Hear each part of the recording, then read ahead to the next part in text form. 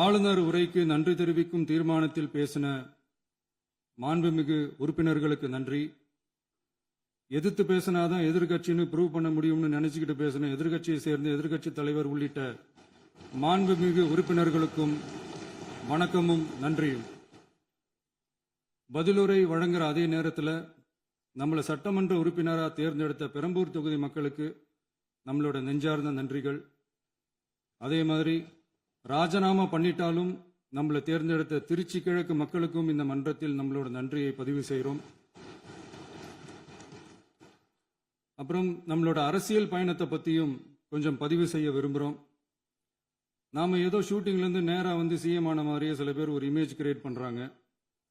அவங்களுக்கு அவங்க ஆசைப்படுற லாங்குவேஜ்லேயே சொல்கிறோம், அது வெறும் ரீல் தான், ரியல் கிடையாது. ஒரு சாதாரண நடிகனாக நம்ம கெரியர் தொடங்குச்சு. அப்புறம் அப்படியே சின்சியராக உழைச்சி மேலே வந்தோம். நம்ம கெரியரில் நாம் மேலே வந்ததுக்கு இந்த விஜய் ஒருத்தன் மட்டுமே காரணம் இல்லை, அவனோட உழைப்பு மட்டுமே காரணம் இல்லை. இந்த விஜயோட உழைப்புக்கும் உயர்வுக்கும் பின்னாடி இருக்கிற ஒட்டுமொத்த தமிழ்நாட்டு மக்களோட அன்பும் அரவணைப்பும் தான் காரணம். ஒவ்வொரு வீட்டில் இருக்க ஒவ்வொருத்தரும் நம்மளை அவங்க வீட்டில் ஒருத்தனா ஏற்றுக்கிட்டது தான் நமக்கு கடவுளும் மக்களும் தந்த மிகப்பெரிய வரம். அதுக்காகவே கடவுளுக்கு சமமான நம்மளோட சொந்தங்களான தமிழக மக்கள் அனைவருக்கும் மீண்டும் மீண்டும் நன்றி. இப்படி நம்மளை தாயன்போடு அள்ளி அரவணைச்ச தமிழ்நாட்டு மக்களுக்கு நாம் எப்படியெல்லாம் துணையாக இருந்தோம், எப்படியெல்லாம் மக்களோட மக்களா இருந்தோம்னு சொல்றேன்.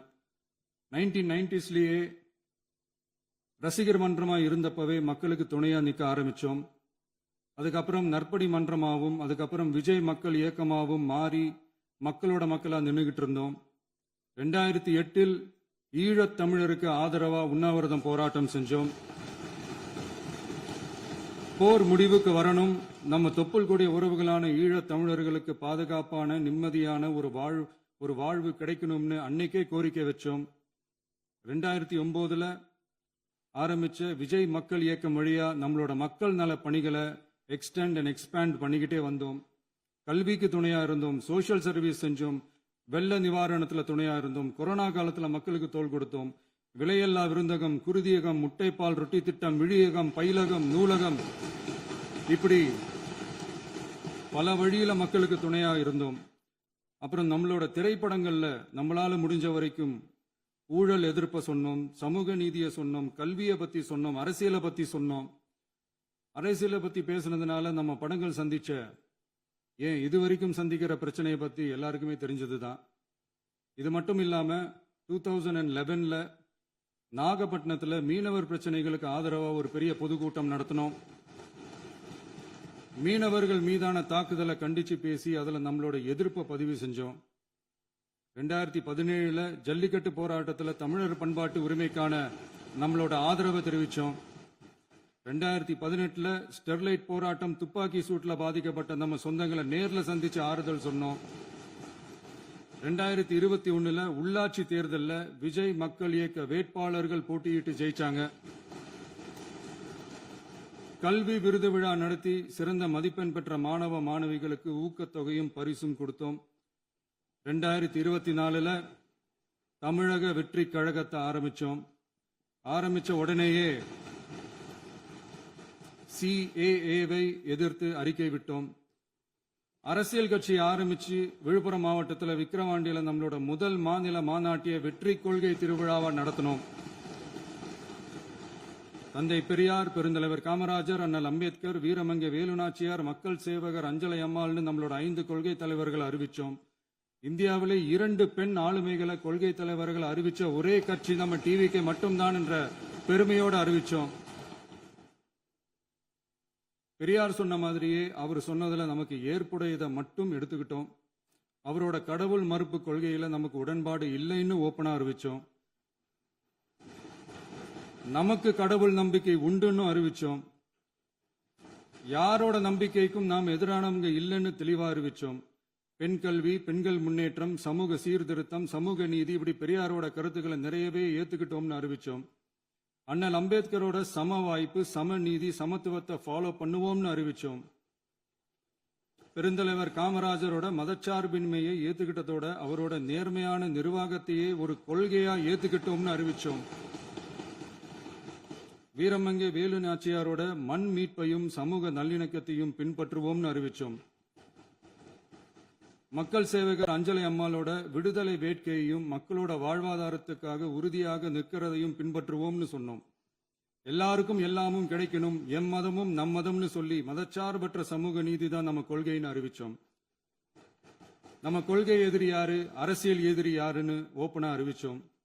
எல்லாத்துக்கும் மேல பிறப்புக்கும் எல்லா உயிருக்கும்ன்றத நம்மளோட அடிப்படை அரசியல் கோட்பாட்டா அறிவிச்சுட்டு தான் அரசியலுக்கே வந்தோம். நம்ம மதுரை மாநாட்டில் நம்மளோட தேர்தல் அரசியல் மற்றும் ஆட்சி அதிகார அரசியல் வழிகாட்டியா அறிஞர் அண்ணாவையும் புரட்சி தலைவர் எம்ஜிஆரையும் ஏத்துக்கிட்டதா அறிவிச்சோம். அப்புறம் இன்னனையும் நாம இங்க பதிவு செஞ்சே ஆகணும். எல்லாரும் கட்சி ஆரம்பிச்சுட்டு தான் ஒவ்வொரு வீட்டுக்குள்ளேயும் போவாங்க. ஆனா நாம ஒவ்வொரு வீட்டுக்குள்ளேயும் போனதுக்கு அப்புறம் தான் கட்சியவே ஆரம்பிச்சிருக்கிறோம். ஒவ்வொரு வீட்டுல ஒவ்வொருத்தரும் நம்மள அவங்க பிள்ளையா, மகனா, அண்ணனா, தம்பியா ஏத்துக்கிட்டதும் இயல்பா நடந்துச்சு. தமிழ்நாட்டு மக்களோட மனசுக்குள்ள போறதுக்கு நாம பட்ட பாடு நமக்கு மட்டும்தான் தெரியும். இதெல்லாம் புரிஞ்சாலும் புரியாத மாதிரி இருக்கிறவங்க தான் நம்மள நடிகன் என்று சொல்லியும் நம்ம கட்சிய நடிகன் கட்சின்னு சொல்லியும் சில நக்கல் நையாண்டி இதெல்லாம் பேசுவாங்க. அதை பத்தி நமக்கு கவலை இல்லைன்னு. இப்படி நம்ம அரசியல் பயணம் ரொம்ப டிரான்ஸ்பரண்டா தான் ஆரம்பிச்சிருக்கு. இந்த 2026 தேர்தலில் கூட்டணியே இல்லாமல் தனியா நின்னோம்.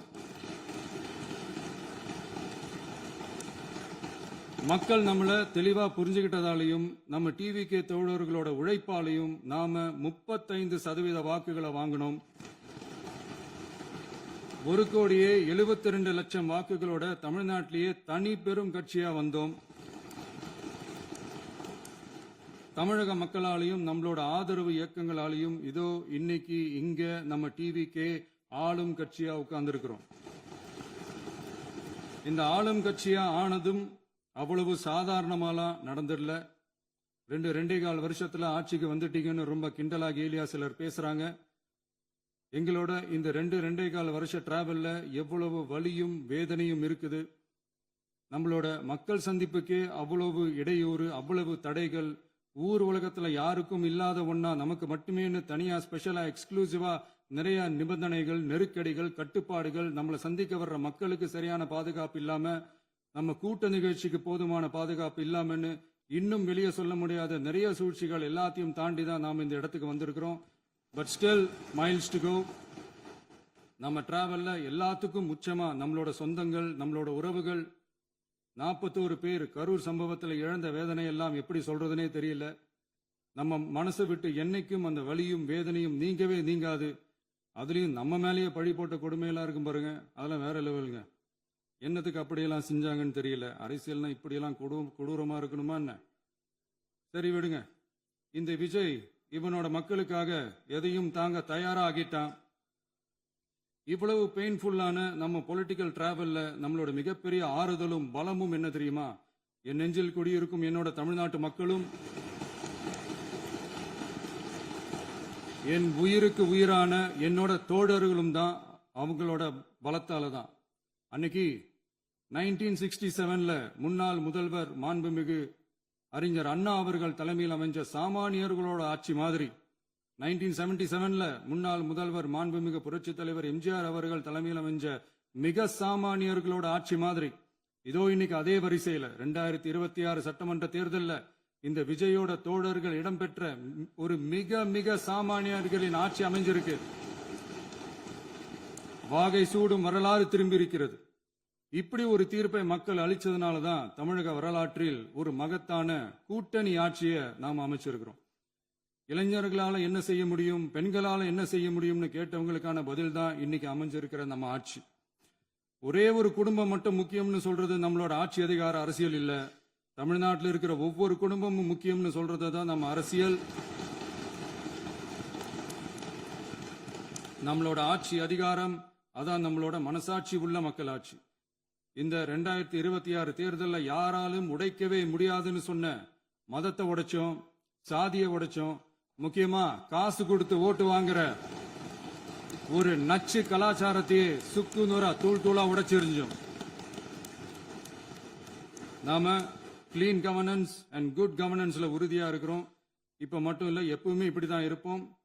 இதுல 100% இது உண்மைன்றதுனாலதான் பாரம்பரியமான தினத்தந்தி பத்திரிகை ஊழலின் ஊற்றுக்கண் அடைக்கப்படுகிறதுன்னு 16/6/2026 அன்னைக்கு ஒரு தலையங்கமே எழுதியிருக்கு. ஒரு தவறு செய்தால், அது தெரிந்து செய்தால் அவன் தேவன் என்றாலும் விடமாட்டேன் என்று எம்ஜிஆர் அன்று பாடினார். அதை இன்று விஜய் செயலில் காட்டுகிறார்னு அந்த எடிட்டோரியல்ல எழுதியிருக்கு. இந்த நேரத்தில் தினத்தந்திக்கு நம்மளோட நன்றியை தெரிவிச்சுக்கிறோம்.